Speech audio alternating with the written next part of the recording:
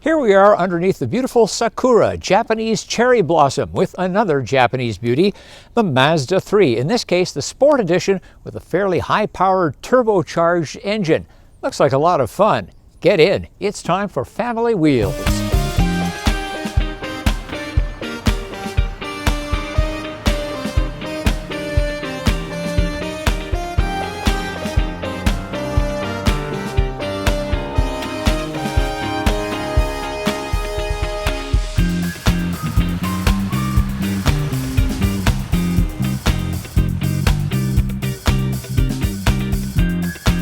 I'm not in love with the Mazda 3 like I might have been some 4 years ago. Its styling has endured, the sport hatchback here, and the sedan still looking classy in that Mazda way. But in the case of our review car, that styling literally gets in the way. More about that shortly. Like other Mazdas, it's a product of precision, from the panel gaps in the body to the crafting of the interior to the punchy engine that can run on regular gas. But its fun-to-drive nature has recently been matched or bettered by some of its rivals, and I'm ready for an all-new Mazda 3. That said, on with the drive. This car got quite a bit of attention in 2019 when it came out, particularly this, the hatchback sport version with the swoopy lines down the rear quarter. However, they interfere with rear quarter visibility, and that is definitely a negative. Rear window visibility, I've seen that criticized, but seems fine to me. In familiar Mazda nomenclature, we have 3 trims available, GS, GX, and at the top of the range here, the GT. Now at this level, we've got a 4-cylinder, 2.5-liter turbocharged engine that puts out 227 horsepower, and that, by the way, is on 87 grade gasoline. That is, say, 87 octane rating gasoline, which is regular. You can get 250 horsepower out of the little 4 if you use 93 octane premium. Now, most premiums I encounter are 91, but there are some that serve up 93, so take your pick. 227 horsepower to me is fine, and 250 horsepower under almost all circumstances is simply not worth the currently gigantic premium that you pay for premium fuel. Now, the bottom spec has a 2-liter naturally aspirated 4-cylinder engine that is not available on US models anymore, but is in Canada. Then there's a 2.5-liter naturally aspirated engine with cylinder deactivation. Although it's a compact, the Mazda 3 has excellent highway manners, a really smooth ride out here on the freeway, and very quiet until, of course, you hit the loud pedal. Like that.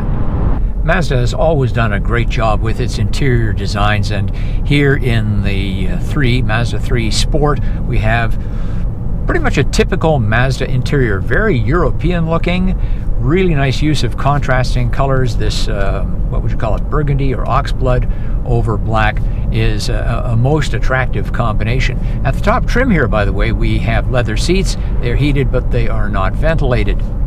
Mazda also acknowledges the sports-minded driver with a nice simple gauge cluster in front, speedometer, tach, and then some gauges on the right for engine temperature and fuel, and that's about it. You can bring up menus for some information, but it's not like some cars that feel like you're trying to learn a new desktop computer at home. It's much simpler and more straightforward than that, and I like it. The layout of the controls in the Mazda 3 is exemplary.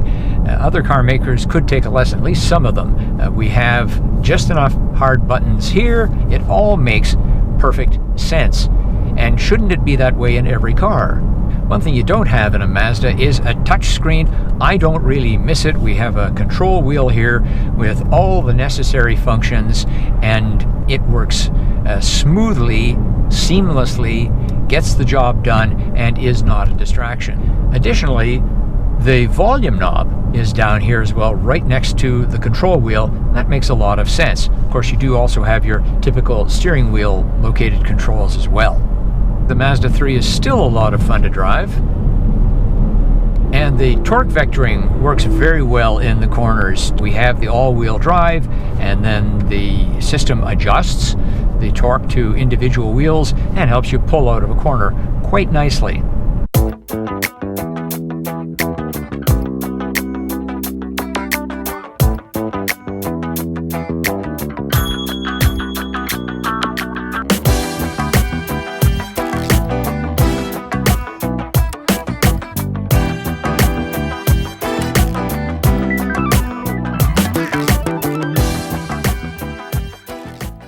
Unfortunately, the Mazda 3 has thrown a fail code in our child seat test. Behind me, the kind that takes up the most space, a rear-facing child seat, and it is not getting in there. Up front, I'm 5 feet 11 inches tall, 180 centimeters. I've got the seat moved a long way up. It's actually a bit uncomfortable for me. My knees just barely clear the glove box door. So if you're going to put that larger child seat in the back, you're going to need a much shorter person than me up front. Oh, hello there. You may have noticed that the roof line of the Mazda 3 has an attractive slope to it heading toward the rear. However, it does seem to reduce rear passenger visibility just a bit. Also, headroom is only adequate for somebody of my height. Much taller than this, you're going to be hitting your head against the headliner. Now, we also have enough room, leg-wise at least, in the rear of the Mazda 3. That's the good news. The bad news is that, like some other Mazdas I've tested, if you want to fold the second row forward and you have people of like my height in the front seat, you're going to have to remove the headrests before the rear seats can fold all the way down. And that's kind of a shortcoming of Mazdas across the board. Additionally, we really have no niceties in the back seat. The rear seats are not heated, and there are no center vents as well. And nope, I don't see any USB ports either. Is this a family vehicle?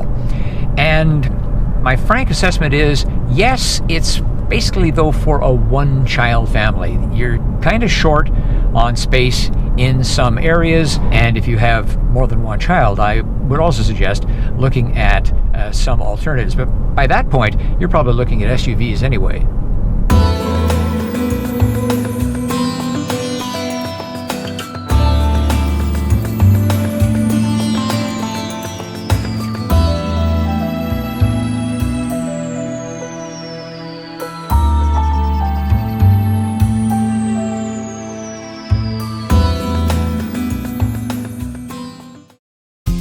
That's our look at the Mazda 3. A good car, but frankly, I think it needs an update. What do you think? Leave a comment. As always, thanks for watching, thanks for liking, and thanks for subscribing. I'm Richard Detman, and I'll see you next time on Family Wheels.